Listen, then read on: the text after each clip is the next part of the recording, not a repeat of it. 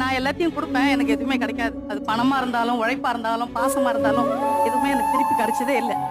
இது என்னோட கர்மா, நான் சொல்லி ஏத்துக்கிட்டு வாழ ஆரம்பிச்சிட்டேன் சார்.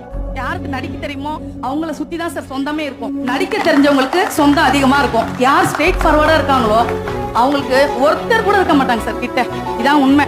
நான் குடும்பத்துக்காக நிறைய செஞ்சு பாசமாவோ இல்லை ஃபினான்ஷியல் ஹெல்ப் எதுவாக இருந்தாலுமே குடும்பத்துக்காக நம்ம உழைச்சது ஃபுல்லாகவே கொடுத்துடணும், எனக்குன்னு வேணும்னு எடுத்து வச்சதில்லை.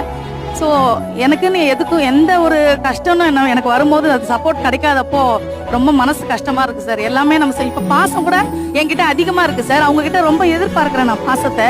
பட் இப்போ நம்மளுக்கு உடம்பு முடியலையோ இல்லை, நான் ஃபினான்ஷியலாக அவங்க கிட்ட எதிர்பார்க்கறதே இல்லை.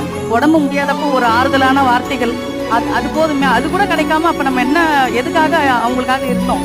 அவங்க ஒருத்தர் கூட பக்கத்துல இல்லன்னும் போது அது எந்த அளவுக்கு மனசுல பாதிக்கும். நீங்க சப்போர்ட் பண்ண ஃபேமிலி நல்லா இருக்கலாமா இன்னைக்கு?